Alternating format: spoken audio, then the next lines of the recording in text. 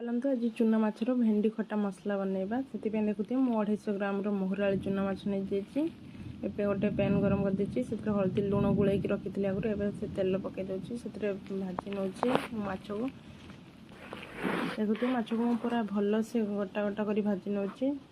ना माछ हमर लगिज किसी समय माछ को छाड़ी दूसरी देखो गोटे साइड आमर माछ भाजी आसला देखो एबे माछ को मु ओल्टे नौची देखो गोटे साइड आमर केते सुंदर लाल लाल है भाजी जाइए। आ गोटे साइड को आम भाजी नवा एमती बेसी ओल्टेबानी भांगी जीव माछ तापाई देखो मु मसला नहीं जाइए अल्प किछि जीरा अल्प किछि पियाज रसुण अदा आपण आपण हिसाब रे नेबे मु 250 माछ नैथिली सेति पय एति मसला नैछि देखो माछ आमर एपटे भाजी हो गलानी माछ आमर पूरा भल से भाजी हो जाइए। देखो मुझे माछ को गोटे प्लेट को काढ़ी आनी आठू अधिका भाजबानी ना पिता लगे एबे मु किछि तेंतुली नहीं जाइए माछ को अनुसार तेंतुली नहीं आपण आपण हिसाब रे नेबे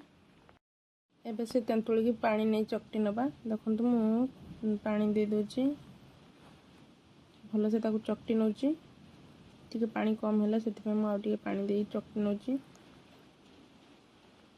देखो मु भल से तेंतुली की चकटी नौची एबे गोटे स्टेनर साहाय्य तेंतुली खदड़ा अंश काढ़ी नहीं एबे 2 चामच चीनी मु दे देउची आपण जति खटा नहीं थे से अनुसार चीनी देबे आपण चाहिले भी गुड़ चीनी दे पारिबे देखो आमर खटा चीनी एबे हे गला एबे मु मसला को बेसी आनची देखंतु एबे सेति हम किछि भेंडी नै जाइछि ई माछ रे भेंडी देले बहुत टेस्ट लागिवो आपण थरे बनांतु देखिबे कते सुंदर लागिवो देखंतु मु भेंडी को एबे भलो से काटी नौची भेंडी को मु आगुरु धोई कि रखिथिली एबे खाली काटी नौची आपण आपण हिसाब रे शेप दे काटी परिबे मु एम्ति काटी नेछि सब भेंडी को मु एम्ति काटी नौची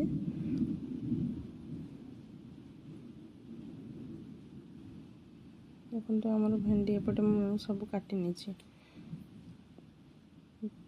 एमती सब मु काटी नहीं भेंडी को एबे साइड कर दोची गोटे पियाज नहीं जाइए आपण आपण हिसाब रे पियाज नेबे मु अल्प माछ नहीं थिबारु सेति गोटे पियाज नहीं ए पियाज को मु भल से काटी नौची पियाज भी आमर काटी की रखीदेली एबे गोटे कड़ाई को बसई देछि गैस ऑन कर देली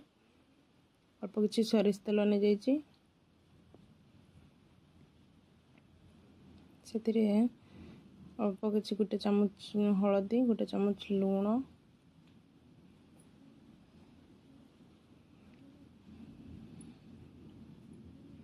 पकईकि भल से फुटी हला पर्यंत छाड़देली एबे से भेंडी को पकई दूची पकईकि मिसई नौची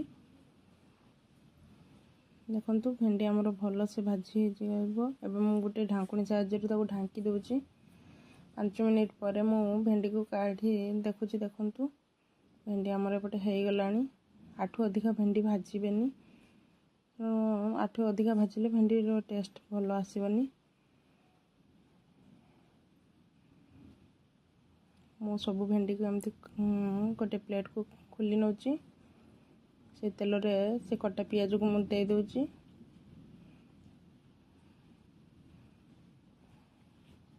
पियाज को मु भल से भाजी नौची देखंतु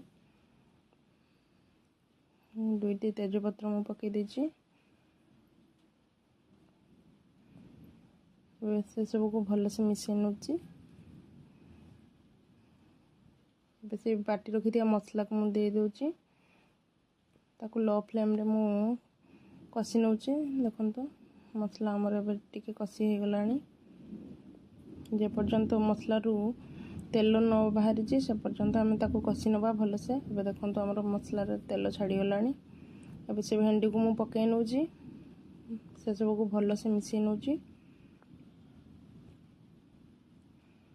देखो हमर भेंडी और मसला केते सुंदर मिसी गलानी एबे सेतिरे से तेंतुली पानी को मु दे दोची ताको भी भल से मिसई नौची